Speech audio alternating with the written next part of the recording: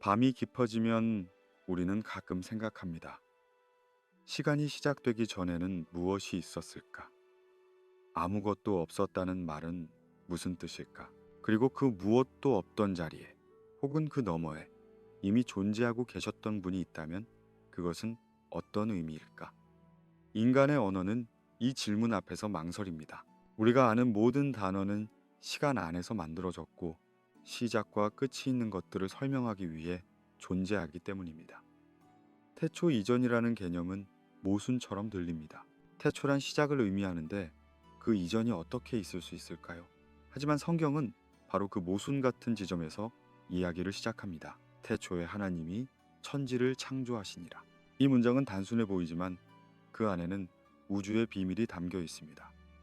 시간이 시작되었다는 것, 그리고 그 시작 이전에 이미 존재하고 계셨던 분이 있다는 것. 히브리어 원문에서 태초는 베레시트라고 불립니다. 이 단어는 시간의 첫 순간을 가리키지만 동시에 그 이전의 존재를 암시합니다.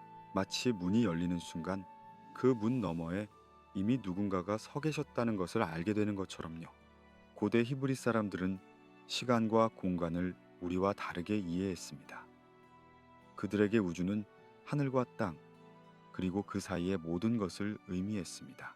그리고 창조는 단순히 물질이 생겨난 사건이 아니라 시간 자체가 펼쳐지기 시작한 순간이었습니다.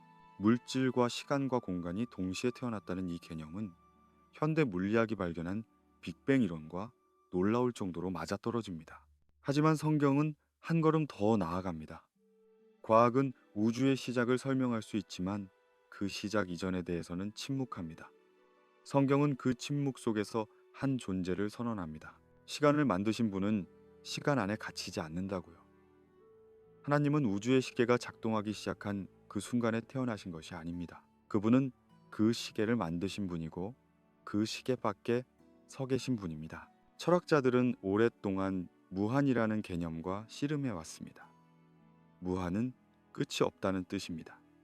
하지만 성경이 말하는 영원은 무한과는 다릅니다. 무한은 시간이 계속 이어지는 것을 의미하지만 영원은 시간의 바깥을 의미합니다. 하나님의 영혼은 과거로 끝없이 뻗어나가는 시간선이 아니라 시간 자체를 초월한 존재의 방식입니다. 우리는 어제와 오늘과 내일을 구분하며 살아갑니다.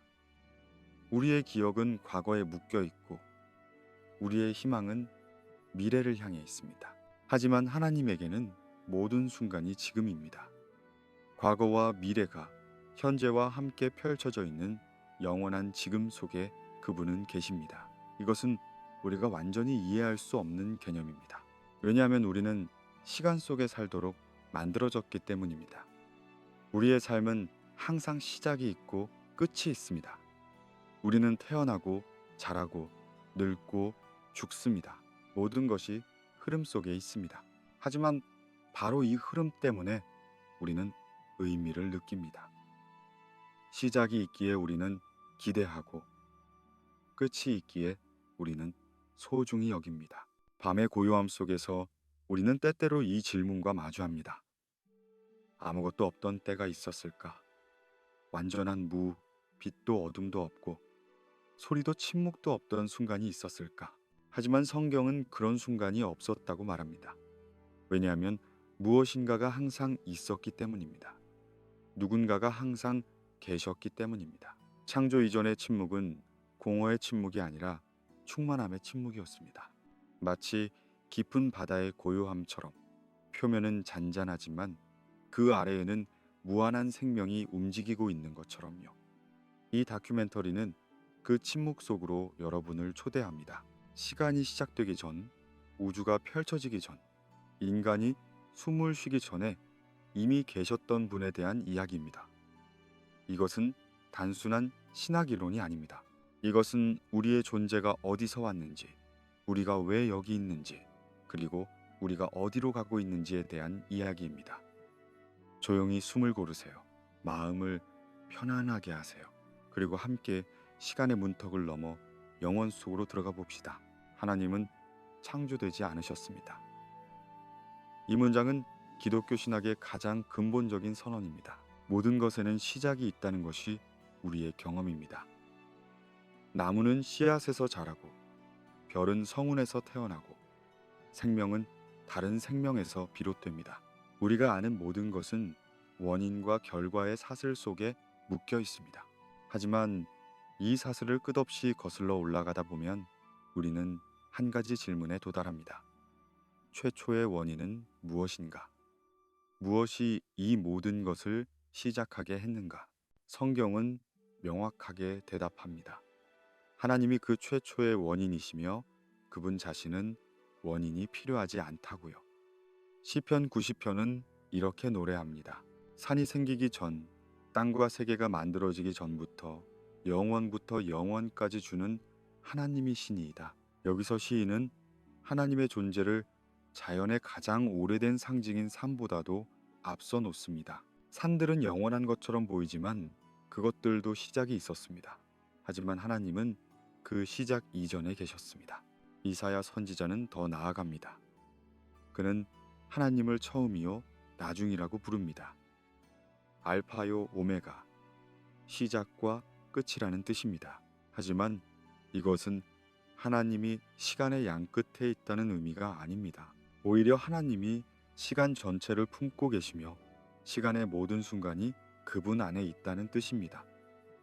출애굽기 3장에서 하나님은 자신을 스스로 있는 자라고 소개하십니다. 히브리어로 에흐예, 아쉐르 에흐예, 나는 나다 혹은 나는 있다. 이 이름은 문법적으로 매우 독특합니다. 그것은 과거도 아니고 미래도 아닌 영원한 현재 시제입니다. 마치 하나님의 존재 자체가 시간을 초월한다는 것을 언어로 표현한 것처럼요. 철학자들은 이것을 필연적 존재라고 부릅니다. 필연적 존재란 존재하지 않을 수 없는 존재, 그 자체로 존재의 근거가 되는 존재를 말합니다. 반면 우리 같은 피조물은 우연적 존재입니다. 우리는 존재할 수도 있고 존재하지 않을 수도 있었습니다. 우리의 존재는 우리밖에 무언가에 의존합니다. 부모님이 만나지 않았다면, 생명의 조건이 조금만 달랐다면 우리는 여기 없었을 것입니다. 하지만 하나님은 다릅니다. 하나님은 존재하지 않을 수 없는 분입니다. 고대 근동의 다른 문화들을 보면 그들의 신들은 모두 기원 이야기를 가지고 있습니다. 바빌로니아의 신화에서는 마르둑이 티아맛이라는 혼돈의 바다 여신을 이겨서 세상을 만듭니다. 그리스 신화에서는 제우스가 크로노스를 쓰러뜨리고 왕이 됩니다. 이 신들은 모두 태어나고 싸우고 때로는 죽습니다. 그들은 인간처럼 욕망과 두려움을 가지고 있습니다.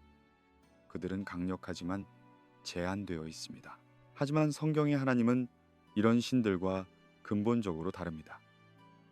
하나님은 태어나지 않으셨고 만들어지지 않으셨습니다. 하나님은 다른 신들과 싸워서 이긴 것이 아니라 처음부터 유일하신 분이었습니다. 하나님은 누군가의 아들도 아니고 무언가의 산물도 아닙니다. 하나님은 그저 계십니다. 영원 전부터 영원 후까지. 이 개념은 인간의 마음에 깊은 안정감을 줍니다. 왜냐하면 우리가 의지하는 분이 변하지 않기 때문입니다.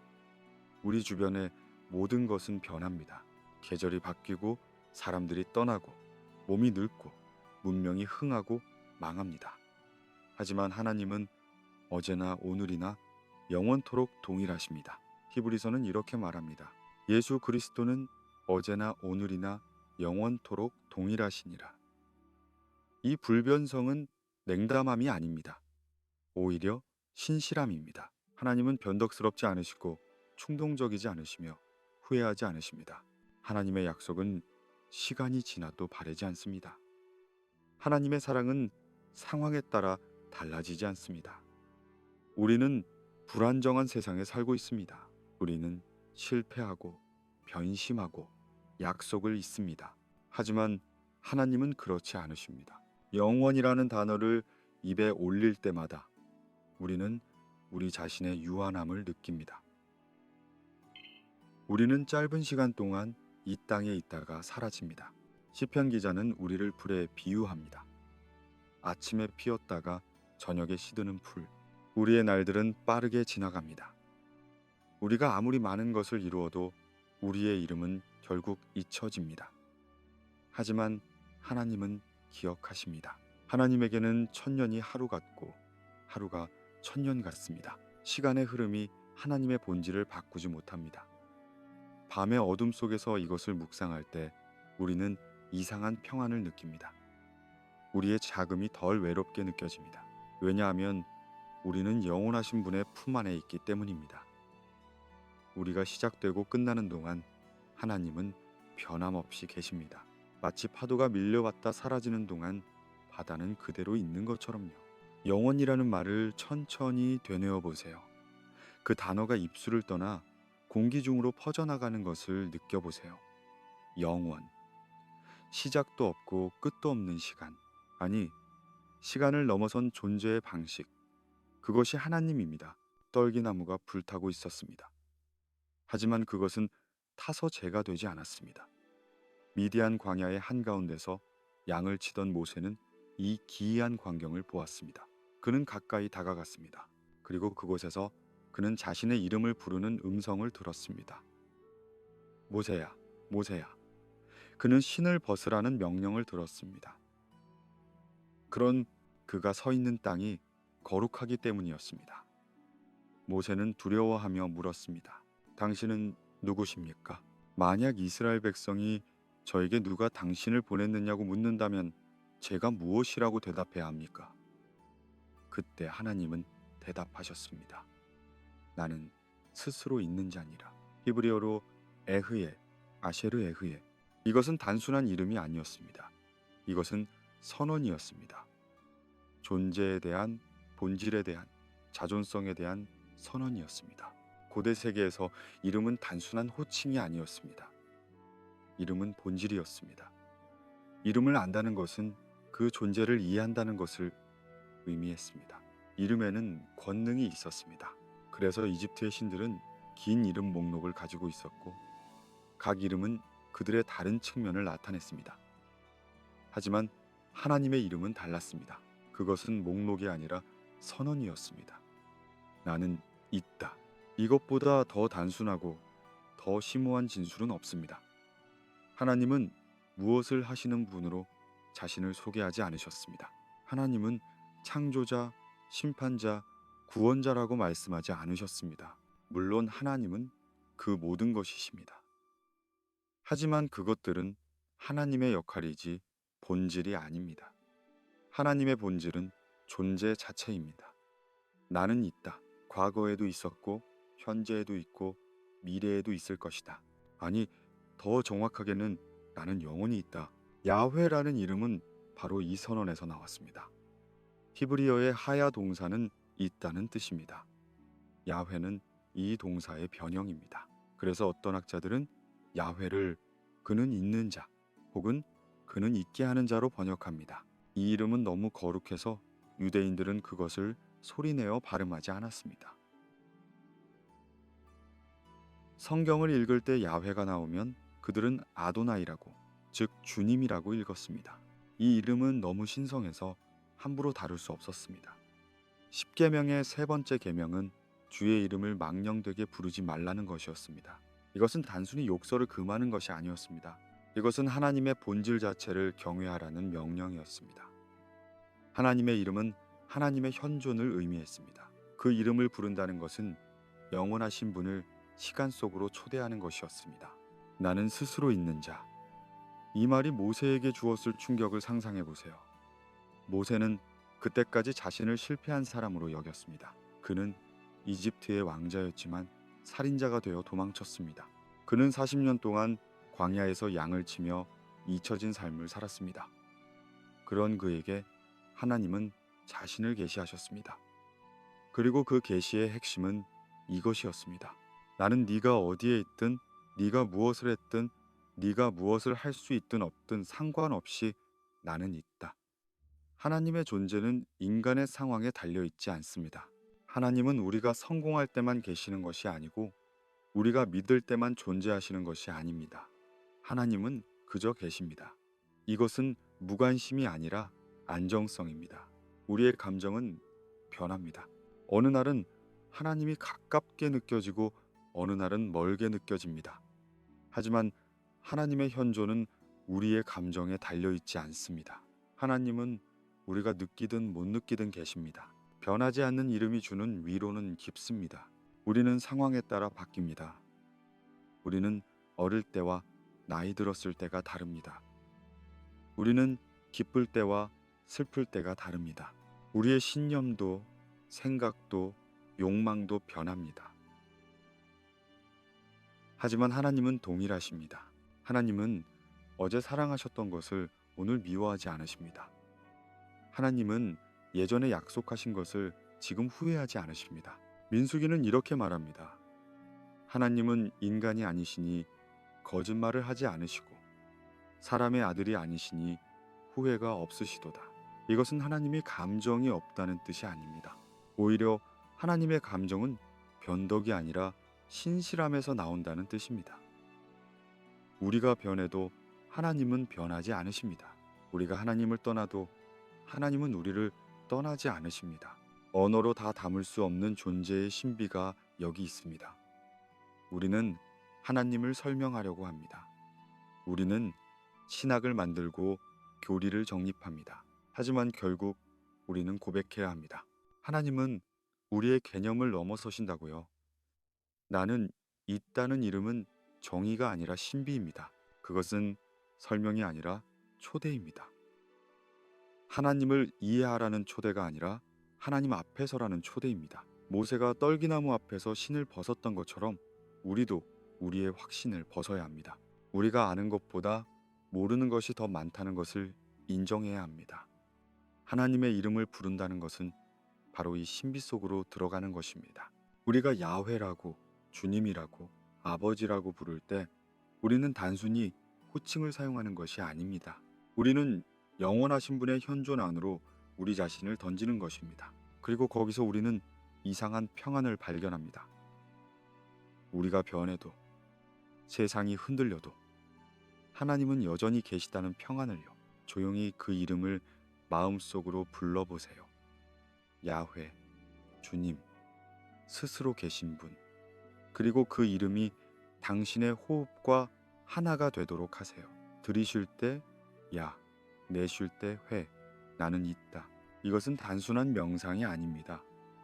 이것은 존재의 근원과 하나가 되는 것입니다. 우리의 짧은 호흡이 영원한 존재와 만나는 순간입니다. 하나님은 혼자가 아니셨습니다. 이것은 놀라운 선언입니다. 창조 이전, 우주가 펼쳐지기 전, 시간이 시작되기 전에 하나님은 이미 관계 속에 계셨습니다. 기독교 신앙의 가장 심오하고 독특한 교리 중 하나가 바로 삼위일체입니다. 성부, 성자, 성령, 세 위격이지만 한 하나님. 이것은 논리적으로 설명하기 어려운 개념입니다. 수학적으로 맞지 않는 것처럼 보입니다. 하나 더하기 하나 더하기 하나는 셋이지 하나가 아니기 때문입니다. 하지만 삼위일체는 수학이 아니라 신비입니다. 그것은 하나님의 본질이 단일성이 아니라 교제라는 것을 말해줍니다. 하나님은 고독한 군주가 아니라 사랑의 공동체입니다. 요한복음 17장에서 예수님은 기도하십니다.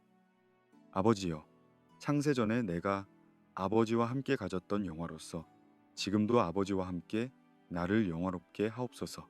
이 기도는 우리에게 중요한 것을 알려줍니다. 예수님은 창조 이전부터 아버지와 함께 계셨다는 것입니다. 요한복음의 시작은 창세기의 메아리입니다. 태초에 말씀이 계시니라. 이 말씀이 하나님과 함께 계셨으니 이 말씀은 곧 하나님이시니라. 그가 태초에 하나님과 함께 계셨고 만물이 그로 말미암아 지은 바 되었으니. 여기서 요한은 예수님을 로고스, 즉 말씀이라고 부릅니다. 말씀은 단순한 소리가 아니라 의미와 목적과 창조력을 가진 존재입니다.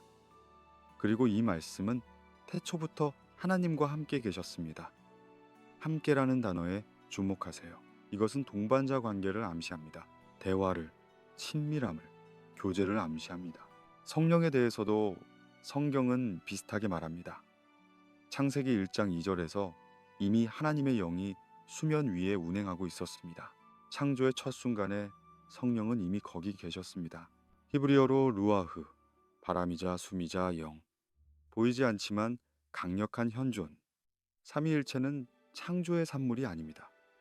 오히려 창조는 삼위일체의 산물입니다. 성부가 말씀하시고 성자가 그 말씀이 되시고 성령이 그 말씀을 실행하십니다. 창조는 세 위격의 협력이었습니다. 시편 33편은 이렇게 노래합니다. 여호와의 말씀으로 하늘이 지음이 되었으며 그 만상을 그의 입 기운으로 이루었도다. 말씀과 기운, 로고스와 루아흐, 성자와 성령이 함께 일하셨습니다. 하지만 이 협력은 창조 때 처음 시작된 것이 아니었습니다. 그것은 영원 전부터 있었던 관계의 표현이었습니다. 신학자들은 이것을 페리코레시스라고 부릅니다. 그리스어로 상호 내주, 서로가 서로 안에 거하는 것. 성부는 성자 안에 계시고 성자는 성부 안에 계시며 성령은 둘 안에 계십니다. 그리고 이 관계는 정적이지 않고 역동적입니다. 마치 춤과 같습니다. 세 위격이 끊임없이 움직이며 서로에게 영광을 돌리며 서로를 사랑하며 서로를 기뻐합니다. 창조 이전에 이 춤이 있었습니다. 우주가 생기기 전에 이 사랑이 있었습니다. 요한일서는 간단하지만 심오하게 말합니다. 하나님은 사랑이시라. 이것은 하나님이 사랑을 가지고 계시다는 뜻이 아닙니다. 이것은 하나님의 본질 자체가 사랑이라는 뜻입니다. 하지만 사랑은 혼자 존재할 수 없습니다. 사랑은 본질적으로 관계적입니다. 사랑하는 자와 사랑받는 자가 필요합니다. 만약 하나님이 단일한 존재였다면 창조 이전에는 사랑할 대상이 없었을 것입니다. 하지만 삼위일체 안에서 사랑은 영원 전부터 존재했습니다. 성부는 성자를 사랑하시고 성자는 성부를 사랑하시며 성령은 그 사랑을 완성하십니다. 이것이 왜 중요할까요? 왜냐하면 이것은 우리가 왜 존재하는지를 설명하기 때문입니다. 만약 하나님이 외로워서 창조하셨다면 우리는 하나님의 결핍을 채우는 도구에 불과할 것입니다. 하지만 하나님은 외롭지 않으셨습니다. 하나님은 이미 완전한 사랑의 교제 안에 계셨습니다. 그렇다면 왜 창조하셨을까요? 사랑의 본질은 나누고 싶어 하는 것이기 때문입니다. 사랑은 독점하지 않고 확장됩니다. 삼위일체의 사랑은 너무나 풍성해서 밖으로 넘쳐 흘렀습니다. 그리고 그 넘침이 창조가 되었습니다. 우리는 필요해서가 아니라 넘침에서 태어났습니다. 우리는 결핍을 채우려고 만들어진 것이 아니라 기쁨을 나누려고 만들어졌습니다. 이것은 우리의 존재에 엄청난 가치를 부여합니다. 우리는 우연이 아니라 사랑의 결정입니다. 창세 이전의 영광이라는 개념을 생각해 보세요. 예수님이 기도하신 그 영광. 그것은 어떤 것이었을까요? 그것은 빛나는 왕관이나 황금 보좌가 아니었습니다. 그것은 성부와 성자 사이의 완전한 사랑과 기쁨이었습니다. 서로를 완전히 아는 것, 완전히 받아들이는 것, 완전히 기뻐하는 것. 그 영광 속에는 고독이 없었고 두려움이 없었고 숨김이 없었습니다. 완전한 투명함과 완전한 친밀함이 있었습니다. 그리고 놀랍게도 예수님은 그 영광을 우리와 나누기 원하셨습니다. 같은 기도에서 예수님은 말씀하십니다. 아버지께서 내게 주신 영광을 내가 그들에게 주었사오니 이는 우리가 하나가 된 것 같이 그들도 하나가 되게 하려 함이니이다. 우리는 삼위일체의 사랑 안으로 초대받았습니다. 이것이 구원의 궁극적인 의미입니다. 단순히 지옥에서 구원받는 것이 아니라 하나님의 영원한 교제 안으로 들어가는 것입니다. 밤의 고요함 속에서 이것을 묵상할 때 우리는 우주의 심장박동을 듣는 것 같습니다. 사랑, 사랑, 사랑. 창조 이전부터 울려 퍼진 그 리듬. 성부가 성자를 부르고 성자가 성부에게 응답하고 성령이 그 사이를 채우는 영원한 대화. 이 대화는 결코 끊어지지 않았습니다. 우주가 생겨났을 때도 인간이 타락했을 때도 십자가 위에서조차도 삼위일체의 사랑은 계속되었습니다. 그리고 지금 이 순간에도 당신이 숨을 쉬고 있는 이 순간에도 그 사랑은 흐르고 있습니다. 당신을 통해 당신 안에서 당신을 위해. 당신은 혼자가 아닙니다. 당신은 영원 전부터 존재했던 사랑의 이야기 속에 있습니다. 잔잔한 파도처럼 그 사랑이 당신을 감싸도록 하세요. 성부의 사랑이 당신을 받쳐주고, 성자의 사랑이 당신을 구속하고, 성령의 사랑이 당신 안에 거하십니다. 이것이 삼위일체입니다. 이것이 영혼 속의 관계입니다. 사람들은 가끔 이렇게 묻습니다. 하나님은 창조하시기 전에 무엇을 하고 계셨습니까? 이것은 고대부터 내려온 질문입니다. 어거스틴이라는 신학자는 이 질문에 대해 유명한 대답을 남겼습니다. 그는 이렇게 말했습니다. 하나님은 그런 질문을 하는 사람들을 위해 지옥을 준비하고 계셨다고요. 물론 이것은 농담이었습니다. 하지만 그 농담 뒤에는 진지한 지적이 있었습니다. 그 질문 자체가 잘못된 가정을 담고 있다는 것입니다. 그 질문은 창조 이전에도 시간이 있었다고 가정합니다. 그래서 하나님이 무언가를 하고 계셨다. 즉, 시간 속에서 활동하고 계셨다고 생각합니다. 하지만 시간 자체가 창조의 일부였습니다. 창조 이전에는 이전이라는 개념조차 없었습니다. 하나님은 기다리지 않으셨습니다. 왜냐하면 기다림은 시간을 필요로 하기 때문입니다. 하나님은 계획하지 않으셨습니다. 왜냐하면 계획은 미래를 필요로 하기 때문입니다. 하나님은 그저 계셨습니다. 완전하고 충만하게. 완전함이라는 개념을 이해하는 것은 어렵습니다. 우리는 항상 무언가가 부족한 존재들이기 때문입니다. 우리는 배고프면 먹고, 외로우면 사람을 찾고, 지루하면 자극을 찾습니다. 우리의 모든 행동은 어떤 결핍에서 비롯됩니다. 하지만 하나님은 다르십니다. 하나님에게는 아무것도 부족하지 않습니다. 시편 50편에서 하나님은 이렇게 말씀하십니다. 내가 가령 주려도 내게 이르지 않을 것은 세계와 거기에 충만한 것이 다 내 것이미로다. 하나님은 우리의 예배가 필요하지 않으시고, 우리의 헌신이 필요하지 않으시며, 우리의 사랑이 필요하지 않으십니다. 이것은 하나님이 우리를 원하지 않으신다는 뜻이 아닙니다. 오히려 하나님이 우리를 원하시는 것은 필요 때문이 아니라 사랑 때문이라는 뜻입니다. 필요는 결핍의 언어이지만 사랑은 충만의 언어입니다. 창조는 결핍에서 나온 행동이 아니었습니다. 하나님은 외로워서 인간을 만들지 않으셨고, 권력이 필요해서 우주를 창조하지 않으셨습니다. 창조는 넘침에서 나왔습니다. 선의 넘침, 아름다움의 넘침, 사랑의 넘침. 하나님의 기쁨과 만족은 너무나 컸기에 그것을 나누고 싶으셨습니다. 이것은 예술가가 창작하는 것과 비슷합니다. 위대한 예술가는 돈을 벌기 위해 그림을 그리지 않습니다. 그들은 내면의 비전이 너무나 강렬해서 그것을 표현하지 않을 수 없기에 그림을 그립니다. 시인은 유명해지려고 시를 쓰지 않습니다. 그들은 마음속의 언어가 너무 아름다워서 그것을 침묵 속에 가두어둘 수 없기에 시를 씁니다. 하나님의 창조도 그러했습니다. 그것은 의무가 아니라 기쁨이었습니다. 영원한 현재 속에 계신 하나님을 상상하기는 어렵습니다. 우리는 과거와 현재와 미래를 구분하며 삽니다. 우리는 어제를 기억하고 내일을 계획합니다. 하지만 하나님에게는 모든 순간이 지금입니다. 하나님은 우리의 과거를 기억 속에서 보시는 것이 아니라 여전히 그 순간을 보십니다. 하나님은 우리의 미래를 예측하시는 것이 아니라 이미 그 순간과 함께 계십니다. 이것은 우리의 이해를 넘어섭니다. 하지만 이것은 하나님이 우리의 삶 전체를 보신다는 것을 의미합니다. 하나님은 우리의 시작부터 끝까지, 우리의 출생부터 죽음까지 모든 것을 한꺼번에 보십니다. 그리고 그 모든 것을 사랑하십니다. 우리가 좋을 때만이 아니라 우리가 넘어질 때도, 우리가 실패할 때도. 왜냐하면 하나님에게는 모든 순간이 동등하게 현재이기 때문입니다. 창조 이전의 침묵을 묘사하는 것은 불가능합니다. 왜냐하면 침묵은 소리의 부재를 의미하는데 창조 이전에는 소리도 부재도 없었기 때문입니다. 그것은 공허의 침묵이 아니라 충만의 침묵이었습니다. 마치 깊은 바다의 고요함처럼요. 수면은 잔잔하지만 그 아래에는 무한한 생명이 움직이고 있습니다. 하나님의 침묵도 그러했습니다.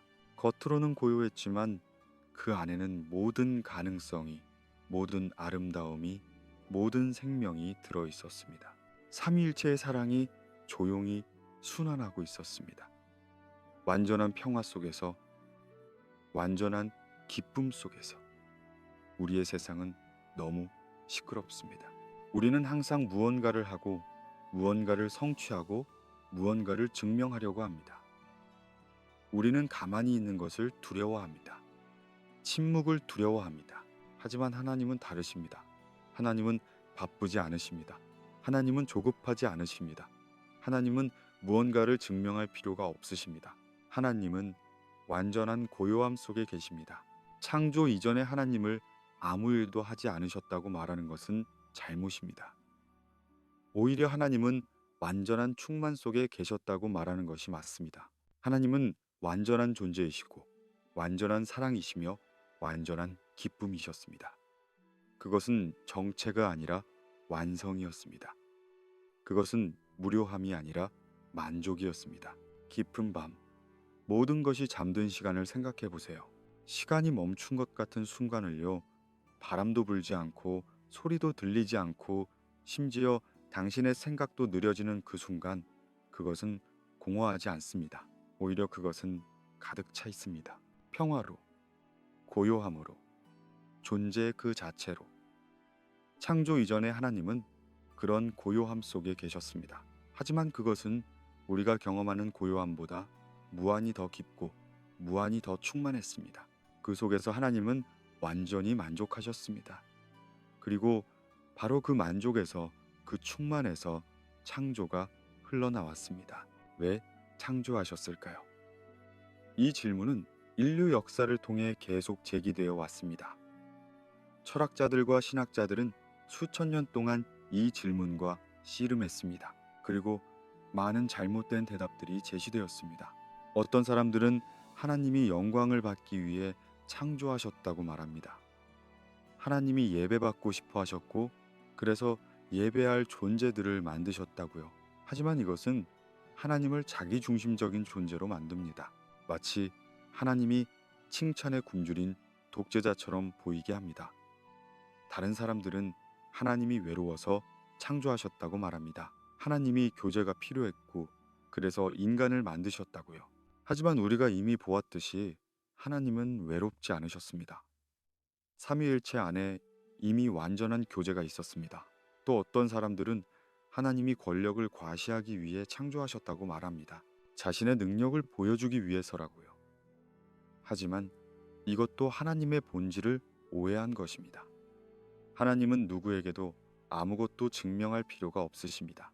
성경은 다른 이유를 제시합니다. 이사야 43장에서 하나님은 이렇게 말씀하십니다. 내 이름으로 불려지는 모든 자, 곧 내가 내 영광을 위하여 창조한 자를 오게 하라. 여기서 영광이라는 단어가 나옵니다. 하지만 이것을 올바르게 이해해야 합니다. 하나님의 영광은 우리가 생각하는 명예나 찬사가 아닙니다. 히브리어로 영광은 카보드라고 하는데, 그것의 본래 의미는 무게, 실제, 본질입니다. 하나님의 영광은 하나님의 본질이 드러나는 것입니다. 그리고 하나님의 본질은 무엇입니까? 사랑입니다. 그러므로 하나님의 영광을 위한 창조는 하나님의 사랑이 드러나기 위한 창조입니다. 하나님은 찬양을 받기 위해서가 아니라 사랑을 나누기 위해 창조하셨습니다. 이것은 강요가 아닙니다. 하나님은 우리가 사랑하도록 강요하지 않으십니다. 오히려 하나님은 우리를 초대하십니다. 이미 존재하는 사랑의 흐름 속으로요. 골로새서 1장은 이렇게 말합니다. 만물이 그에게서 창조되되 하늘과 땅에서 보이는 것들과 보이지 않는 것들과 혹은 왕권들이나 주권들이나 통치자들이나 권세들이나 만물이 다 그로 말미암고 그를 위하여 창조되었고 만물이 그를 위하여 창조되었다. 이것은 무슨 뜻일까요? 이것은 우주 전체가 하나님을 가리킨다는 뜻입니다. 모든 별이, 모든 은하가, 모든 생명이 하나님의 본질을 반영합니다. 그것들은 하나님의 아름다움을, 하나님의 질서를, 하나님의 창의성을 보여줍니다. 우주는 하나의 거대한 계시입니다. 하나의 설교입니다. 하나의 노래입니다. 그리고 그 노래의 주제는 사랑입니다. 사랑은 본질적으로 나누고 싶어집니다. 당신이 무언가 아름다운 것을 보았을 때 당신은 혼자만 보고 싶지 않습니다. 당신은 누군가와 함께 그것을 보고 싶어 합니다. 당신이 기쁜 소식을 들었을 때 당신은 그것을 간직하고 싶지 않습니다. 당신은 그것을 나누고 싶어 합니다. 하나님의 사랑도 그러했습니다. 삼위일체의 사랑은 너무나 충만해서 그것은 자연스럽게 넘쳐 흘렀습니다. 그리고 그 넘침이 창조가 되었습니다. 이것이 우리가 하나님의 형상으로 창조된 이유입니다. 창세기 1장은 말합니다. 하나님이 이르시되 우리의 형상을 따라 우리의 모양대로 우리가 사람을 만들자. 하나님의 형상이란 무엇일까요? 그것은 물리적 유사성이 아닙니다. 하나님은 육체가 없으시기 때문입니다. 그것은 도덕적, 영적, 관계적 유사성입니다. 우리는 생각할 수 있고 선택할 수 있고 사랑할 수 있습니다. 우리는 아름다움을 인식하고 진리를 추구하고 의미를 찾습니다. 무엇보다도 우리는 관계를 맺을 수 있습니다. 하나님과의 관계를, 서로 간의 관계를요. 우리는 관계를 위해 만들어졌습니다. 우리는 혼자 있도록 설계되지 않았습니다. 이것이 창세기 2장에서 하나님이 사람이 혼자 있는 것이 좋지 않다고 말씀하신 이유입니다. 창조는 도구가 아닙니다. 창조는 목적입니다. 하나님은 우리를 수단으로 사용하시지 않습니다. 하나님은 우리를 목표로 사랑하십니다. 각 피조물은 그 자체로 가치가 있습니다. 각 나무는, 각 새는, 각 인간은 하나님의 마음속에 특별한 자리를 차지합니다. 우주 전체가 하나의 찬가입니다. 시편 19편은 이렇게 노래합니다. 하늘이 하나님의 영광을 선포하고 궁창이 그의 손으로 하신 일을 나타내는도다. 날은 날에게 말하고 밤은 밤에게 지식을 전하니 언어도 없고 말씀도 없으며 들리는 소리도 없으나 그의 소리가 온 땅에 통하고 그의 말씀이 세상 끝까지 이르도다. 침묵 속의 찬양, 말 없는 설교, 창조 자체가 하나님을 증거합니다. 별빛이 수억 년을 여행해서 우리 눈에 도달할 때 그것은 단순히 광자의 흐름이 아닙니다. 그것은 하나님의 아름다움에 대한 메시지입니다. 꽃이 피어날 때 그것은 단순히 생물학적 과정이 아닙니다. 그것은 하나님의 창의성에 대한 선언입니다. 그리고 인간, 우리는 이 찬가의 지휘자입니다. 우리는 창조의 나머지 부분을 대신해서 하나님께 의식적으로 찬양을 드릴 수 있습니다. 우리는 별의 아름다움을 인식하고 감사할 수 있습니다. 우리는 꽃의 섬세함을 보고 경이로워할 수 있습니다. 우리는 창조의 말 없는 찬양에 말을 붙여줄 수 있습니다. 이것이 우리의 소명입니다. 이것이 우리가 존재하는 이유입니다. 필요 때문이 아니라 사랑 때문에, 강요 때문이 아니라 초대 때문에. 하나님의 사랑이 너무 커서 그것을 혼자 간직할 수 없었습니다. 그래서 하나님은 우리를 만드셨습니다. 그 사랑을 나누기 위해, 그 기쁨을 함께하기 위해 밤하늘을 보세요. 무수한 별들이 빛나고 있습니다. 각 별은 하나님의 손길을 받았습니다. 각 별은 하나님의 마음에서 나왔습니다. 그리고 당신도 마찬가지입니다. 당신은 우연이 아닙니다. 당신은 사랑의 결정입니다. 창조의 빛이 별들을 비추는 것처럼 그 빛은 당신도 비춥니다. 당신은 하나님의 사랑이 구체화된 존재입니다. 당신의 존재 자체가 하나님의 마음을 증거합니다. 태초에 말씀이 계시니라. 이 말씀이 하나님과 함께 계셨으니 이 말씀은 곧 하나님이시니라. 요한복음은 이렇게 시작합니다. 그리고 14절에서 요한은 놀라운 선언을 합니다.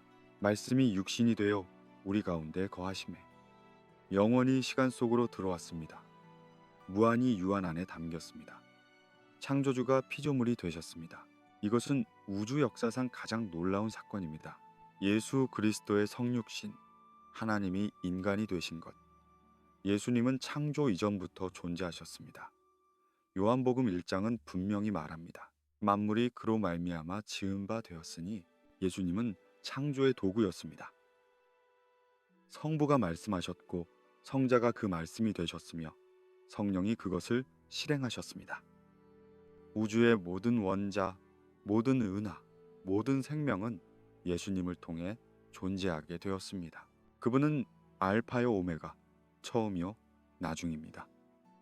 그분은 시간 밖에 계셨습니다. 영원 속에 계셨습니다. 하지만 약 2000년 전 팔레스타인의 작은 마을에서 그분은 시간 속으로 들어오셨습니다. 베들레헴의 마국간에서 아기로 태어나셨습니다. 영원하신 분이 시간의 제약을 받으셨습니다. 전능하신 분이 무력한 아기가 되셨습니다. 무한하신 분이 유한한 육체를 입으셨습니다. 이것은 논리적으로 말이 안 됩니다. 어떻게 무한히 유한 안에 들어갈 수 있습니까? 어떻게 영원히 순간이 될 수 있습니까?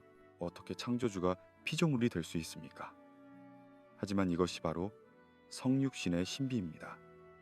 빌립보서 2장은 이것을 아름답게 표현합니다. 그는 근본 하나님의 본체시나 하나님과 동등됨을 취할 것으로 여기지 아니하시고 오히려 자기를 비워 종의 형체를 가지사 사람들과 같이 되셨고 자기를 비우셨다. 케노시스, 비움. 예수님은 자신의 영광을 내려놓으셨습니다. 자신의 권능을 제한하셨습니다. 자신의 특권을 포기하셨습니다. 하나님이 인간의 시간을 경험하셨다는 것은 무슨 의미일까요? 이것은 하나님이 우리의 삶을 이론적으로만 아는 것이 아니라 실제로 경험하셨다는 뜻입니다. 예수님은 배고프셨습니다. 예수님은 피곤하셨습니다. 예수님은 슬퍼하셨습니다. 예수님은 웃으셨습니다.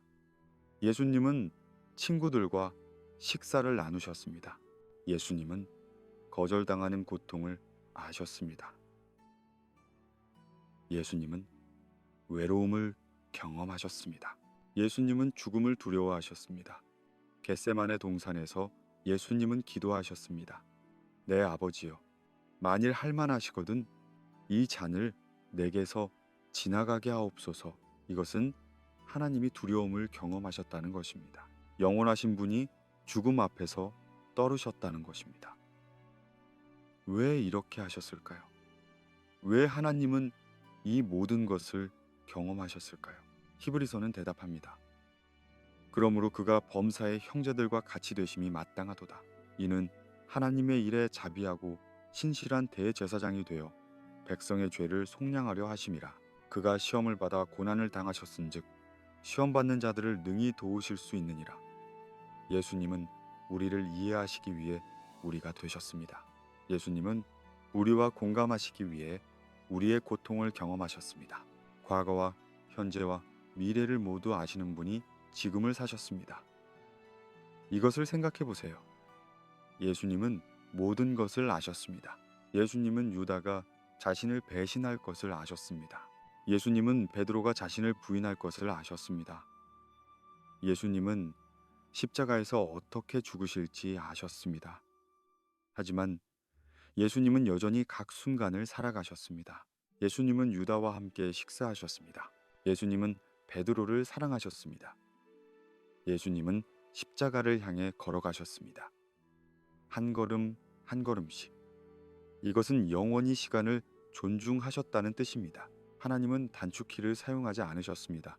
하나님은 과정을 건너뛰지 않으셨습니다. 하나님은 우리처럼 한순간씩 살아가셨습니다.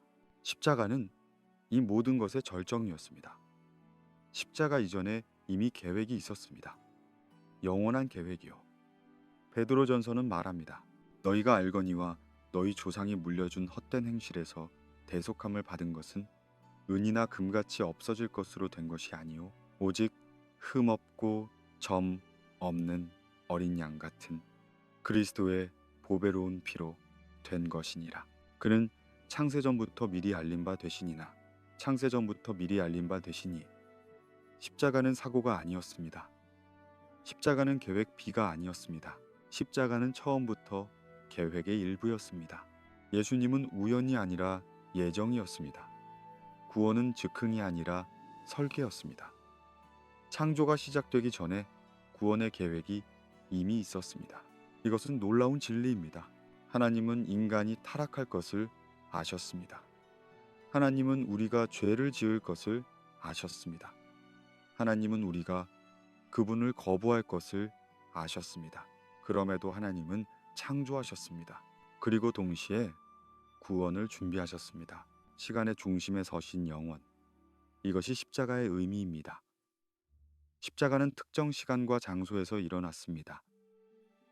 서기 30년경 예루살렘 성밖 골고다 언덕. 하지만 십자가의 의미는 그 순간을 넘어섭니다. 요한계시록은 예수님을 창세로부터 죽임을 당한 어린 양이라고 부릅니다. 창세로부터.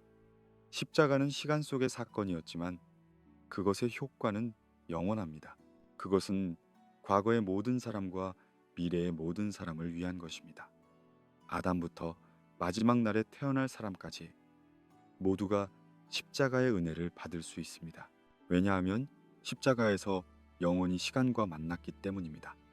밤하늘 아래 십자가의 실루엣을 상상해 보세요. 나무로 만든 두 개의 막대기, 그 위에 한 남자가 매달려 있습니다. 그의 손과 발에는 못이 박혀 있습니다. 그의 머리에는 가시 면류관이 씌워져 있습니다. 그는 천천히 고통스럽게 죽어가고 있습니다. 겉으로 보기에 이것은 비극입니다. 실패입니다. 끝입니다. 하지만 실제로는 그 반대입니다. 이것은 승리입니다. 이것은 성취입니다. 이것은 시작입니다. 왜냐하면 그 십자가 위에서 영원하신 하나님이 인간의 죄를 짊어지셨기 때문입니다. 시간을 초월하신 분이 시간 속에서 죽으셨기 때문입니다. 그리고 그 죽음을 통해 생명의 길이 열렸기 때문입니다. 십자가는 끝이 아니었습니다. 사흘 후 무덤이 비었습니다. 예수님은 부활하셨습니다. 죽음이 그분을 붙들 수 없었습니다. 왜냐하면 그분은 생명 자체이시기 때문입니다. 영원한 생명이 어떻게 죽음에 머물 수 있겠습니까? 부활은 십자가만큼이나 계획의 일부였습니다. 그리고 그것은 우리의 미래를 미리 보여줍니다. 예수님의 부활은 우리 부활의 보증입니다. 그분이 죽음을 이기셨으므로 우리도 이길 것입니다. 그분이 영원한 생명으로 들어가셨으므로 우리도 들어갈 것입니다. 에베소서는 이렇게 선언합니다. 찬송하리로다. 하나님, 곧 우리 주 예수 그리스도의 아버지께서 그리스도 안에서 하늘에 속한 모든 신령한 복으로 우리에게 복 주시되 곧 창세 전에 그리스도 안에서 우리를 택하사 우리로 사랑 안에서 그 앞에 거룩하고 흠이 없게 하시려고 창세 전에 우리를 택하사. 이 구절을 천천히 읽어보세요. 창세 전에, 우주가 만들어지기 전에, 별들이 빛나기 전에, 시간이 시작되기 전에 하나님은 우리를 택하셨습니다. 하나님은 우리를 알고 계셨습니다. 하나님은 우리를 사랑하고 계셨습니다. 이것은 예정론이라는 어려운 교리입니다. 많은 사람들이 이것으로 씨름합니다. 만약 하나님이 이미 모든 것을 계획하셨다면 우리의 선택은 의미가 있습니까? 만약 하나님이 창세전에 우리를 택하셨다면 우리의 자유의지는 어디 있습니까? 이것은 깊은 질문들입니다. 그리고 완전한 대답은 우리의 이해를 넘어설 수 있습니다. 하지만 우리가 알 수 있는 것은 이것입니다. 구원은 사후 대응이 아니라는 것. 하나님은 인간이 타락한 후에야 서둘러 구원 계획을 세우신 것이 아닙니다. 하나님은 처음부터 알고 계셨습니다. 그리고 하나님은 사랑으로 응답하기로 선택하셨습니다. 하나님은 인간의 타락을 이미 아셨습니다. 하나님은 우리가 그분을 거부할 것을 아셨습니다. 하나님은 우리가 죄로 가득 찰 것을 아셨습니다. 하지만 하나님은 그럼에도 불구하고 창조하셨습니다. 왜냐하면 하나님의 사랑은 우리의 실패보다 크기 때문입니다. 하나님의 은혜는 우리의 죄보다 깊기 때문입니다. 그렇다면 왜 창조하셨을까요? 왜 하나님은 우리가 타락할 것을 아시면서도 우리를 만드셨을까요? 이것은 자유와 사랑의 관계를 이해해야 합니다. 진정한 사랑은 자유를 필요로 합니다. 강요된 사랑은 사랑이 아닙니다. 로봇의 복종은 의미가 없습니다. 하나님은 우리가 자유롭게 사랑하기를 원하셨습니다. 그리고 자유는 거부의 가능성을 포함합니다. 우리가 아니오라고 말할 수 있어야 우리의 예라는 말이 의미를 갖습니다. 하나님은 이 위험을 감수하셨습니다. 하나님은 우리에게 자유를 주셨고 우리는 그 자유를 사용해서 하나님을 떠났습니다. 하지만 하나님은 이것을 예상하셨고 이미 해결책을 준비하셨습니다. 십자가입니다. 예정과 사랑의 긴장 관계는 신비입니다. 한편으로는 하나님이 모든 것을 계획하셨습니다. 다른 한편으로는 우리는 진정으로 선택합니다. 이 둘이 어떻게 함께 작동하는지는 우리가 완전히 이해할 수 없습니다. 하지만 우리가 알 수 있는 것은 둘 다 참이라는 것입니다. 하나님은 주권자이시고 우리는 책임이 있습니다. 하나님은 계획하시고 우리는 선택합니다. 그리고 어떻게든 하나님의 영원한 계획 안에서 우리의 시간적 선택이 의미를 갖습니다. 하나님의 계획 속에 있는 인간의 삶, 이것은 위로를 줍니다.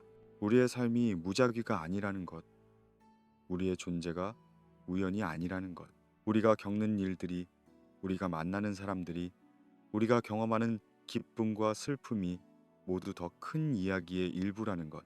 로마서 8장은 말합니다. 우리가 알거니와 하나님을 사랑하는 자, 곧 그의 뜻대로 부르심을 입은 자들에게는 모든 것이 합력하여 선을 이루느니라. 모든 것이 합력하여 선을 이룬다. 이것은 모든 것이 좋다는 뜻이 아닙니다. 나쁜 일들이 일어납니다. 고통이 있습니다. 비극이 있습니다. 하지만 하나님은 그 모든 것을 사용하십니다. 하나님은 우리의 실패에서도 우리의 고통에서도 선을 이끌어내십니다. 왜냐하면 하나님은 시간 전체를 보시기 때문입니다. 우리는 한 조각만 봅니다. 오늘의 고통, 이 순간의 혼란. 하지만 하나님은 완성된 그림을 보십니다. 우연처럼 보이는 삶의 순간들을 재해석해 보세요. 당신이 만난 그 사람, 그것이 우연이었을까요? 당신이 겪은 그 경험, 그것이 무의미했을까요? 당신이 내린 그 선택, 그것이 계획 밖이었을까요? 하나님의 관점에서 보면 아무것도 우연이 아닙니다. 모든 것이 의미를 갖습니다. 모든 순간이 영원한 이야기의 일부입니다. 요셉의 이야기를 생각해 보세요. 그는 형들에게 배신당하고 노예로 팔렸습니다. 그는 감옥에 갇혔습니다. 그의 삶은 비극처럼 보였습니다. 하지만 나중에 요셉은 형들에게 말했습니다. 당신들은 나를 해하려 하였으나 하나님은 그것을 선으로 바꾸사 오늘과 같이 많은 백성의 생명을 구원하게 하셨나니. 하나님은 악을 선으로 바꾸셨습니다. 하나님은 비극을 구원으로 바꾸셨습니다. 왜냐하면 하나님은 끝을 보시기 때문입니다. 우리의 이름이 영원 속에 기록되어 있습니다. 이것은 은유가 아닙니다. 이것은 실제입니다. 요한계시록은 생명책에 대해 말합니다. 거기에는 구원받을 사람들의 이름이 적혀 있습니다. 그리고 그 이름들은 언제 적혔습니까? 창세 이전에. 당신의 이름이 거기 있습니다. 하나님은 당신을 압니다. 시편 139편은 아름답게 노래합니다. 주께서 나를 살펴보셨으므로 나를 아시나이다. 주께서 내가 앉고 일어섬을 아시며 멀리서도 나의 생각을 밝히 아시오며 나의 길과 눕는 것을 살펴보셨으므로 나의 모든 행위를 익히 아시오니 여호와여 내 혀의 말을 알지 못하시는 것이 하나도 없으시니이다. 주께서 나의 전우를 두루시며 내게 안수하셨나이다. 이 지식이 내게 너무 기이하니 높아서 내가 능히 미치지 못하나이다. 하나님은 당신의 모든 것을 아십니다. 당신의 생각, 당신의 두려움, 당신의 희망, 당신의 비밀, 그리고 그럼에도 불구하고 아니 바로 그렇기 때문에 하나님은 당신을 사랑하십니다. 이것이 영원 속에 기록된 이름의 의미입니다. 당신은 잊혀지지 않습니다. 당신은 잃어버려지지 않습니다. 당신은 영원한 사랑의 대상입니다. 조용한 확신으로 가라앉으세요. 당신의 존재는 우연이 아닙니다. 당신의 삶은 무의미하지 않습니다. 당신은 창세 이전부터 사랑받았습니다. 그리고 당신은 영원히 사랑받을 것입니다. 이 모든 신학이 지금의 삶에 무슨 의미가 있을까요?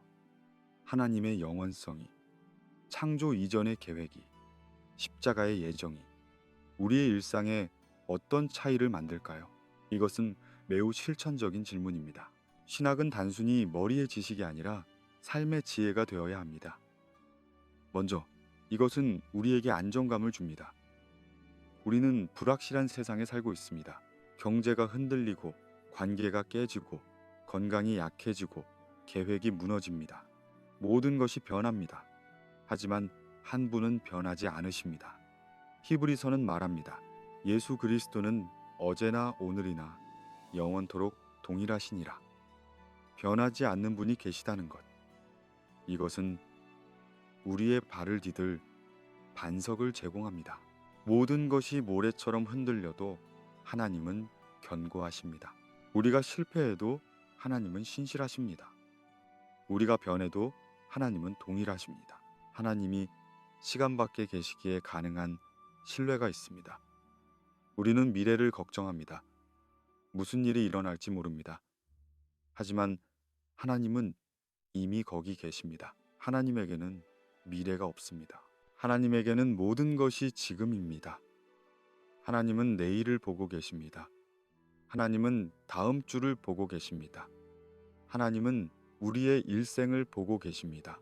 그리고 하나님은 우리를 사랑하십니다. 그 모든 순간에, 그 모든 실패에, 그 모든 승리에. 이것은 우리가 미래를 두려워하지 않아도 된다는 뜻입니다. 물론 우리는 여전히 불안을 느낍니다. 우리는 인간이니까요. 하지만 우리는 그 불안 아래 더 깊은 평안을 가질 수 있습니다. 하나님이 이미 거기 계시다는 평안을요. 우리의 실패와 하나님의 영원성을 대비해 보세요. 우리는 실수합니다. 우리는 넘어집니다. 우리는 후회할 일들을 합니다. 하지만 하나님의 사랑은 우리의 실패보다 큽니다.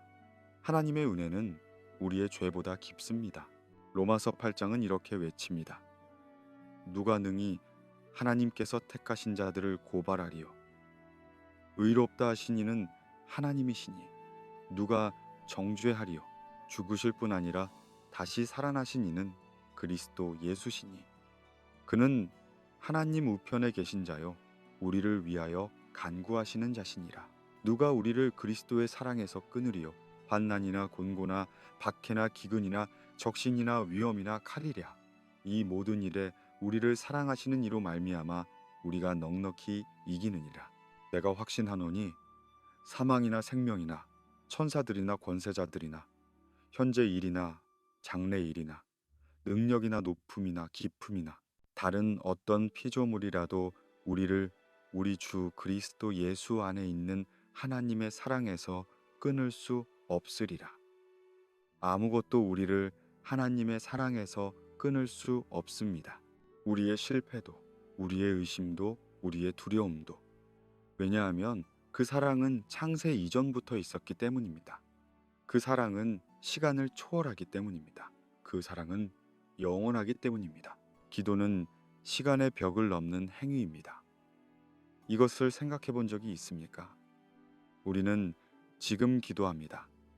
하지만 하나님은 시간 밖에 계십니다. 그러므로 우리의 기도는 단순히 현재의 요청이 아닙니다. 그것은 영원 속으로 들어가는 것입니다. 하나님은 우리가 기도하기 전에 이미 우리의 기도를 들으셨습니다. 하나님은 우리가 태어나기 전에 이미 우리의 모든 기도를 아셨습니다. 그리고 하나님은 그 기도들에 이미 응답하고 계십니다. 과거에, 현재, 미래에. 이것은 신비입니다. 하지만 이것은 우리의 기도가 무의미하다는 뜻이 아닙니다. 오히려 우리의 기도는 하나님의 영원한 계획의 일부라는 뜻입니다. 하나님은 우리의 기도를 통해 일하시기로 선택하셨습니다. 하나님은 우리를 동역자로 초대하셨습니다. 하나님은 이미 우리의 내일을 보십니다. 이것은 위로입니다. 우리는 내일을 두려워합니다. 무슨 일이 일어날지 모릅니다. 하지만 하나님은 압니다. 하나님은 이미 거기 계십니다. 마태복음 6장에서 예수님은 말씀하십니다. 그러므로 내일 일을 위하여 염려하지 말라.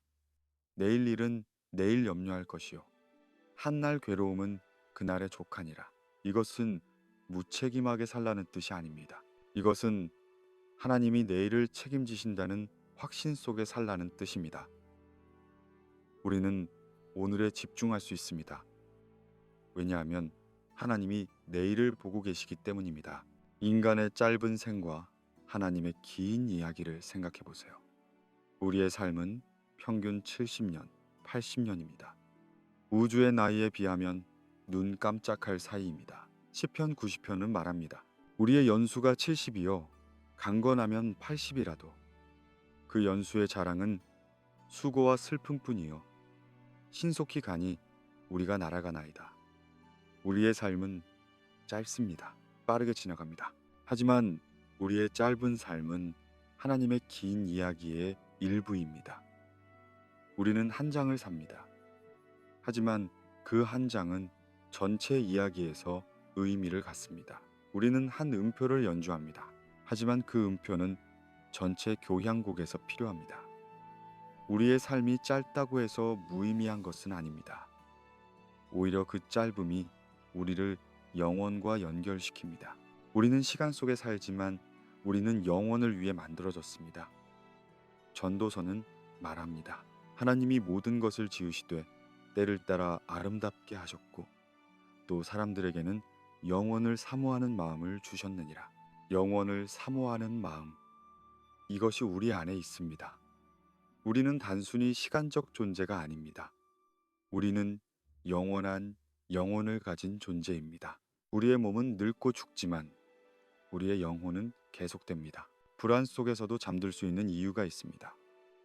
세상은 불안합니다. 뉴스는 두려운 소식으로 가득합니다. 미래는 불확실합니다. 하지만 우리는 잠들 수 있습니다. 왜냐하면 하나님이 깨어 계시기 때문입니다. 시편 121편은 노래합니다. 이스라엘을 지키시는 이는 졸지도 아니하시고 주무시지도 아니하시리로다. 하나님은 잠들지 않으십니다. 하나님은 항상 깨어 계십니다. 항상 지켜보고 계십니다. 항상 돌보고 계십니다. 그러므로 우리는 편안히 쉴 수 있습니다. 우리는 모든 것을 통제할 필요가 없습니다. 우리는 모든 문제를 해결할 필요가 없습니다. 우리는 하나님의 손에 우리 자신을 맡길 수 있습니다. 하나님의 손 안에 놓인 삶, 이것은 수동성이 아니라 신뢰입니다. 우리는 여전히 우리의 책임을 다합니다. 우리는 여전히 최선을 다합니다. 하지만 우리는 결과를 하나님께 맡깁니다. 우리는 과정을 하나님께 위탁합니다. 예수님은 말씀하셨습니다. 수고하고 무거운 짐진 자들아, 다 내게로 오라. 내가 너희를 쉬게 하리라. 나는 마음이 온유하고 겸손하니 나의 멍에를 메고 내게 배우라. 그리하면 너희 마음이 쉼을 얻으리니 이는 내 멍에는 쉽고 내 짐은 가벼움이라. 쉼, 이것이 하나님이 우리에게 주시는 것입니다. 단순히 육체적 쉼이 아니라 영혼의 쉼입니다. 우리가 모든 것을 해결하지 않아도 된다는 쉼, 우리가 완벽하지 않아도 된다는 쉼, 우리가 충분하지 않아도 하나님이 충분하시다는 쉼. 깊은 숨을 쉬어보세요. 천천히 깊게 숨을 들이마시면서 하나님의 평안을 들이마시세요. 숨을 내쉬면서 당신의 불안을 내보내세요. 하나님의 영원하심이 당신의 짧은 순간을 감싸고 있습니다. 하나님의 크심이 당신의 작은 문제를 품고 있습니다. 하나님의 사랑이 당신의 두려움을 몰아냅니다. 당신은 안전합니다. 당신은 사랑받고 있습니다. 당신은 하나님의 손 안에 있습니다. 그리고 그 손은 당신을 놓지 않으실 것입니다. 창세 이전부터 영원 이후까지 평안히 쉬세요. 깊이 잠드세요. 영원하신 하나님이 당신을 지키고 계십니다. 나는 알파요 오메가라. 처음이요 마지막이요 시작이요 끝이라. 요한계시록에서 하나님은 이렇게 자신을 선언하십니다. 알파는 그리스 알파벳의 첫 글자입니다. 오메가는 마지막 글자입니다. 하나님은 처음이요 마지막입니다. 하나님은 모든 것을 시작하셨고 하나님은 모든 것을 끝내실 것입니다. 하지만 하나님 자신은 끝나지 않습니다. 우주가 끝난 후에도 하나님은 존재하실 것입니다. 시간이 더 이상 흐르지 않을 때도 하나님은 계실 것입니다. 베드로후서는 이렇게 예언합니다. 그러나 주의 날이 도둑같이 오리니 그날에는 하늘이 큰 소리로 떠나가고 물질이 뜨거운 불에 풀어지고 땅과 그 중에 있는 모든 일이 드러나리로다. 이 모든 것이 이같이 풀어지리니 이것은 종말론입니다. 세상의 끝에 대한 가르침입니다. 하지만 이것은 절망의 메시지가 아닙니다. 왜냐하면 끝 이후에 새로운 시작이 있기 때문입니다.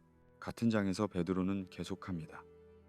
우리는 그의 약속대로 의가 있는 곳인 새 하늘과 새 땅을 바라보도다. 새 하늘과 새 땅, 요한계시록 21장은 이것을 더 자세히 묘사합니다. 또 내가 새 하늘과 새 땅을 보니 처음 하늘과 처음 땅이 없어졌고 바다도 다시 있지 않더라. 또 내가 봄에 거룩한 성 새 예루살렘이 하나님께로부터 하늘에서 내려오니 그 준비한 것이 신부가 남편을 위하여 단장한 것 같더라. 내가 들으니 보좌에서 큰 음성이 나서 이르되 보라 하나님의 장막이 사람들과 함께 있음에 하나님이 그들과 함께 계시리니 그들은 하나님의 백성이 되고 하나님은 친히 그들과 함께 계셔서 모든 눈물을 그 눈에서 닦아주시니 다시는 사망이 없고 애통하는 것이나 곡하는 것이나 아픈 것이 다시 있지 아니하리니 처음 것들이 다 지나갔음이로라. 이것이 우리의 미래입니다. 이것이 우리가 향해 가는 곳입니다. 영원한 삶의 정의를 생각해 보세요. 많은 사람들은 영원한 삶을 단순히 시간의 연장으로 생각합니다. 끝없이 계속되는 존재. 하지만 성경이 말하는 영원한 삶은 그 이상입니다. 요한복음 17장에서 예수님은 기도하십니다. 영생은 곧 유일하신 참 하나님과 그가 보내신 자 예수 그리스도를 아는 것이니 이다. 영생은 하나님을 아는 것입니다. 관계입니다. 단순히 오래 사는 것이 아니라 하나님과 함께 사는 것입니다. 질의 문제입니다. 양의 문제가 아니라요. 영원한 삶은 지금 시작됩니다. 우리가 하나님을 알 때, 우리가 예수님을 믿을 때 우리는 이미 영생에 들어간 것입니다. 물론 그것의 완전한 실현은 미래에 있습니다. 하지만 그 씨앗은 지금 우리 안에 있습니다. 하나님과 함께 거하는 미래. 요한계시록의 비전은 아름답습니다. 하나님이 사람들과 함께 계신다. 하나님의 장막이 사람들과 함께 있다. 이것은 에덴 동산의 회복입니다. 창세기에서 하나님은 아담과 하와와 함께 동산에서 거니르셨습니다. 하지만 죄가 들어왔고 그 친밀함이 깨졌습니다. 하지만 새하늘과 새 땅에서 그 친밀함이 회복됩니다. 아니, 회복 이상입니다. 그것은 완성됩니다. 우리는 하나님을 얼굴을 맞대고 볼 것입니다. 요한계시록 22장은 말합니다. 다시 저주가 없으며 하나님과 그 어린 양의 보좌가 그 가운데 있으리니 그의 종들이 그를 섬기며 그의 얼굴을 볼 터이요 그의 이름도 그들의 이마에 있으리라. 하나님의 얼굴을 본다. 이것은 구약에서는 불가능한 일이었습니다. 출애굽기에서 모세가 하나님의 영광을 보여달라고 간청했을 때 하나님은 말씀하셨습니다. 네가 내 얼굴을 보지 못하리니 나를 보고 살 자가 없음이니라. 하나님의 거룩함은 너무 강렬해서 죄인은 그것을 견딜 수 없었습니다. 하지만 새 하늘과 새 땅에서는 다릅니다. 거기서 우리는 완전히 정결케 될 것입니다. 죄가 완전히 제거될 것입니다. 그리고 우리는 하나님을 볼 수 있을 것입니다. 눈물과 고통이 사라지는 세계. 하나님이 모든 눈물을 닦아주실 것입니다. 다시는 사망이 없을 것입니다. 애통도, 곡함도, 아픔도 없을 것입니다. 이것은 우리가 상상하기 어려운 세계입니다. 왜냐하면 우리는 고통 속에서 살아왔기 때문입니다. 우리는 눈물을 알고 슬픔을 알고 상실을 압니다. 하지만 하나님은 약속하십니다. 그것들이 다 지나갈 것이라고. 처음 것들이 지나가고 모든 것이 새로워질 것이라고. 이사야 65장은 이렇게 노래합니다. 보라, 내가 새 하늘과 새 땅을 창조하나니 이전 것은 기억되거나 마음에 생각나지 아니할 것이라. 너희는 내가 창조하는 것으로 말미암아 영원히 기뻐하며 즐거워할지니라. 이전 것이 기억되지 않는다. 이것은 우리가 과거를 잊는다는 뜻이 아닙니다. 이것은 과거의 고통이 더 이상 우리를 괴롭히지 않는다는 뜻입니다. 상처가 치유될 것입니다. 완전히, 영원히. 창세기에서 계시록으로 이어지는 하나의 이야기. 성경은 한 권의 책이지만 그것은 하나의 이야기를 담고 있습니다. 그것은 창조에서 시작해서 새 창조로 끝납니다. 그것은 하나님이 사람과 함께 거하시는 것으로 시작해서 하나님이 사람과 함께 거하시는 것으로 끝납니다. 그 사이에 타락이 있었고 죄가 있었고 고통이 있었습니다. 하지만 그 모든 것을 통해 하나님의 계획은 계속되었습니다.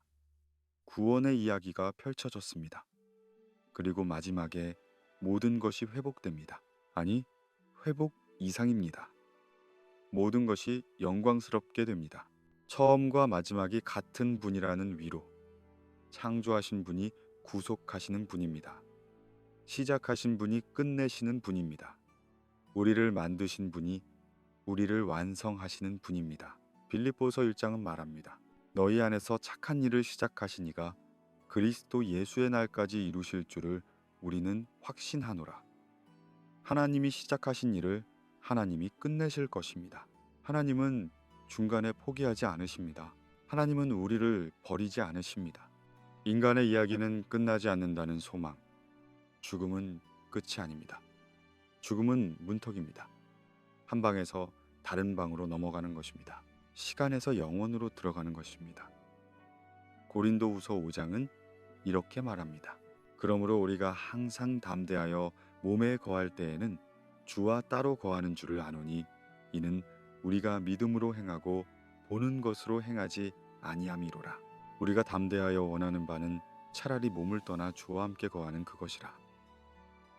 몸을 떠나 주와 함께 거한다. 죽음은 주님과의 만남입니다. 그것은 상실이 아니라 성취입니다.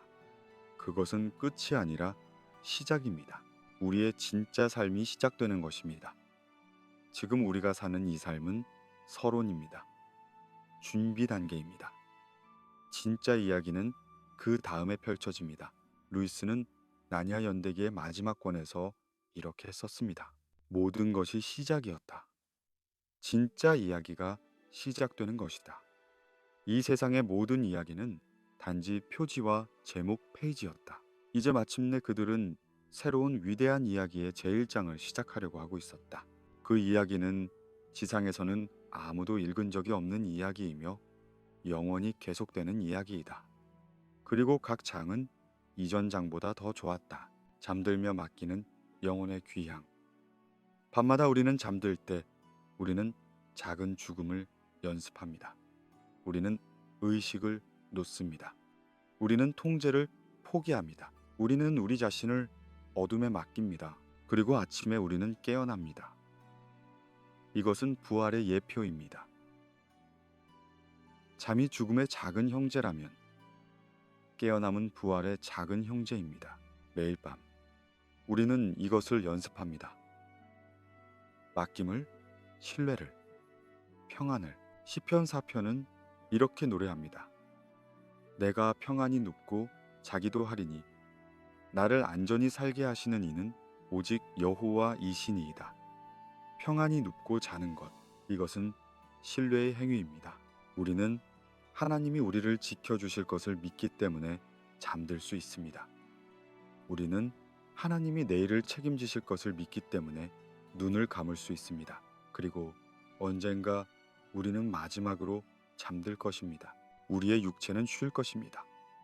하지만 우리의 영혼은 계속될 것입니다. 우리는 주님의 품 안에서 깨어날 것입니다. 우리는 새하늘과 새 땅에서 눈을 뜰 것입니다. 그리고 우리는 마침내 집에 온 것을 느낄 것입니다. 영원한 하나님이 지금도 함께 계신다는 조용한 결론. 이 모든 이야기를 들으면서 우리가 기억해야 할 가장 중요한 것은 이것입니다.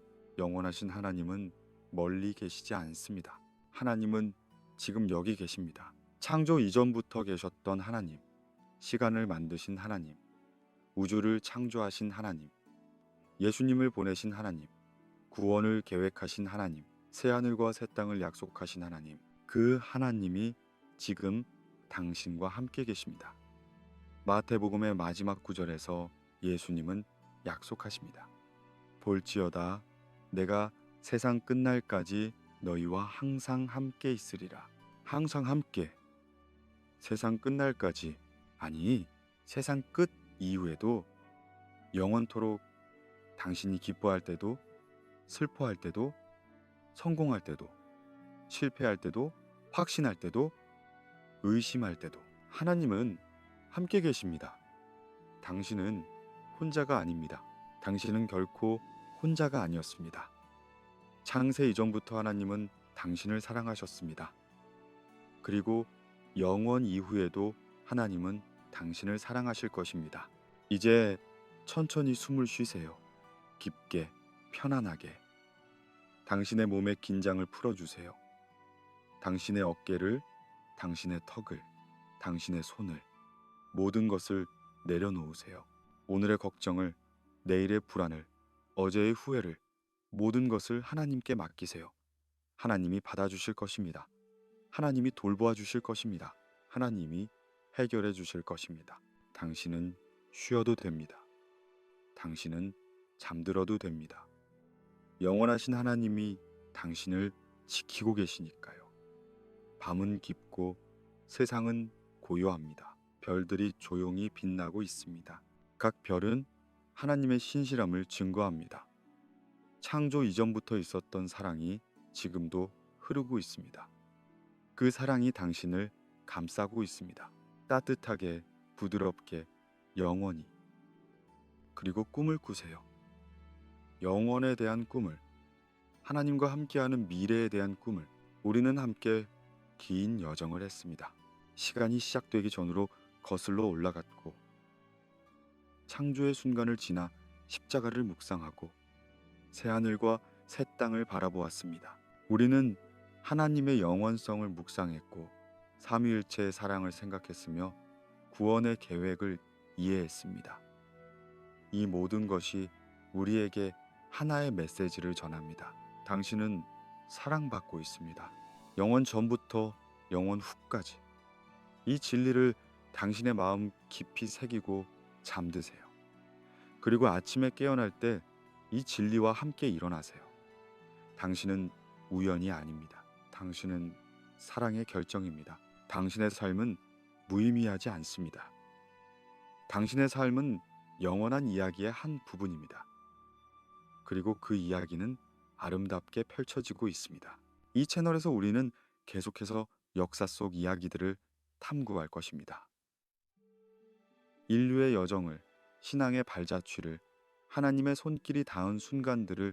만약 당신이 이런 이야기들을 더 듣고 싶다면 구독 버튼을 눌러주세요. 그리고 만약 이 채널을 후원하고 싶다면 당신의 작은 도움이 더 많은 이야기를 만드는데 큰 힘이 될 것입니다.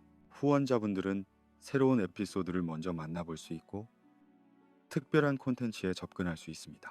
하지만 그것보다 더 중요한 것은 당신이 이 순간 평안을 찾는 것입니다. 당신이 쉼을 얻는 것입니다. 당신이 하나님의 사랑을 느끼는 것입니다. 밤은 우리에게 선물입니다.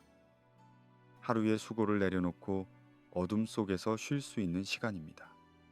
그리고 그 어둠은 공허하지 않습니다. 그 어둠 속에는 하나님의 현존이 있습니다. 시편 139편은 이렇게 노래합니다. 내가 흑암 중에 있을지라도 주께는 흑암이 숨기지 못하며 밤이 낮과 같이 비추이나니 주께는 흑암과 빛이 같음이니이다. 하나님에게는 밤과 낮이 같습니다. 어둠 속에서도 하나님은 당신을 보십니다. 당신을 아십니다. 당신을 사랑하십니다. 그러므로 두려워하지 마세요. 어둠을 두려워하지 마세요. 고요함을 두려워하지 마세요. 그 안에서 하나님을 만날 수 있으니까요. 그 안에서 당신의 영혼이 쉴 수 있으니까요. 창조 이전의 고요함을 기억하세요. 그것은 공허의 고요함이 아니라 충만의 고요함이었습니다. 하나님의 사랑이 조용히 순환하고 있었습니다. 완전한 평화 속에서, 완전한 기쁨 속에서 그 고요함이 지금도 존재합니다. 세상의 소음 아래, 우리의 불안 아래 그 영원한 고요함이 흐르고 있습니다. 그리고 당신은 그 고요함 속으로 들어갈 수 있습니다. 지금 이 순간 눈을 감으세요. 천천히 부드럽게 당신의 호흡을 느끼세요. 들어오고 나가는 숨을 그 리듬 속에서 하나님의 현존을 느끼세요. 당신에게 생명을 주시는 분, 당신을 지키시는 분, 당신을 사랑하시는 분, 당신의 생각들이 천천히 가라앉도록 하세요. 걱정들이, 계획들이, 기억들이, 그것들을 하나하나 내려놓으세요. 하나님께 맡기세요. 하나님이 돌보실 것입니다. 내일도, 다음 주도, 다음 달도, 다음 해도 하나님이 책임지실 것입니다. 당신은 지금 안전합니다. 당신은 지금 사랑받고 있습니다. 당신은 지금 하나님의 품 안에 있습니다. 영원하신 하나님의 팔이 당신을 받치고 있습니다. 신명기 33장의 말씀처럼 영원하신 하나님이 너의 처소가 되시며 그의 영원하신 팔이 내 아래에 있도다. 그 팔이 당신을 떨어뜨리지 않을 것입니다. 그 팔이 당신을 놓지 않을 것입니다. 창세 이전부터 영원 이후까지 물이 흐르듯 평안이 당신을 채우도록 하세요. 당신의 머리부터 발끝까지, 당신의 마음속 깊은 곳까지 그 평안은 하나님에게서 옵니다. 세상이 줄 수 없는 평안, 세상이 빼앗아갈 수 없는 평안, 예수님이 약속하신 평안입니다. 평안을 너희에게 끼치노니 곧 나의 평안을 너희에게 주노라. 내가 너희에게 주는 것은 세상이 주는 것과 같지 아니하니라. 너희는 마음에 근심하지도 말고 두려워하지도 말라. 근심하지 말고 두려워하지 말라. 이것이 하나님의 명령이자 초대입니다. 당신은 근심할 필요가 없습니다. 왜냐하면 하나님이 돌보시기 때문입니다. 당신은 두려워할 필요가 없습니다. 왜냐하면 하나님이 함께 계시기 때문입니다. 베드로전서는 이렇게 권면합니다. 너희 염려를 다 주께 맡기라. 이는 그가 너희를 돌보심이라. 맡기세요, 던지세요. 당신의 무거운 짐을, 당신의 깊은 걱정을, 당신의 숨겨진 두려움을 하나님이 받아주실 것입니다. 하나님의 손은 크십니다. 하나님의 어깨는 넓으십니다. 하나님은 당신의 모든 것을 감당하실 수 있습니다. 그리고 하나님은 기꺼이 그렇게 하십니다. 왜냐하면 하나님은 당신을 사랑하시기 때문입니다. 창세 이전부터 영원 후까지 별들이 조용히 그들의 궤도를 돕니다. 우주가 고요히 회전합니다. 시간이 천천히 흐릅니다. 그리고 그 모든 것 위에, 그 모든 것 안에, 그 모든 것 너머에 하나님이 계십니다. 변함없이 신실하게, 사랑으로 당신은 이 광대한 우주의 한 점일지 모릅니다. 하지만 당신은 하나님의 마음속에 특별한 자리를 차지합니다. 하나님은 당신의 이름을 아십니다. 하나님은 당신의 이야기를 아십니다. 하나님은 당신의 과거를, 현재를, 미래를 아십니다. 그리고 하나님은 그 모든 것을 사랑하십니다. 이제 깊은 잠 속으로 미끄러져 들어가세요. 부드럽게, 평화롭게, 꿈의 세계로, 휴식의 품으로. 그리고 아침이 올 때 당신은 새로워질 것입니다. 회복될 것입니다. 강해질 것입니다. 왜냐하면 밤 동안 하나님이 당신을 새롭게 하셨을 것이기 때문입니다. 예레미야에가는 이렇게 노래합니다. 여호와의 인자와 긍휼이 무궁하심으로 우리가 진멸되지 아니함이니이다. 이것들이 아침마다 새로우니 주의 성실하심이 크시도소이다. 아침마다 새롭습니다. 하나님의 인자가, 하나님의 긍휼이, 하나님의 성실하심이 매일 아침은 새로운 시작입니다. 새로운 기회입니다. 새로운 은혜입니다. 그러므로 평안히 쉬세요. 내일은 내일의 은혜가 있을 것입니다. 지금은 오늘의 평안 속에 거하세요. 영원하신 하나님이 당신을 사랑하십니다. 그 사랑 안에서 쉬세요. 그 사랑 안에서 잠드세요. 그 사랑 안에서 꿈꾸세요. 창조 이전부터 있었던 그 사랑, 십자가 위에서 증명된 그 사랑, 부활로 확증된 그 사랑, 새 하늘과 새 땅에서 완성될 그 사랑, 그 사랑이 지금 당신을 감싸고 있습니다. 따뜻하게, 부드럽게, 영원히. 안녕히 주무세요. 평안히 쉬세요. 그리고 기억하세요. 당신은 혼자가 아닙니다. 당신은 결코 혼자가 아니었고 결코 혼자가 아닐 것입니다. 영원하신 하나님이 당신과 함께 계십니다. 지금도 항상 영원토록. 좋은 밤 되시길, 아름다운 꿈 꾸시길, 그리고 내일 하나님의 새로운 은혜와 함께 깨어나시길. 아멘.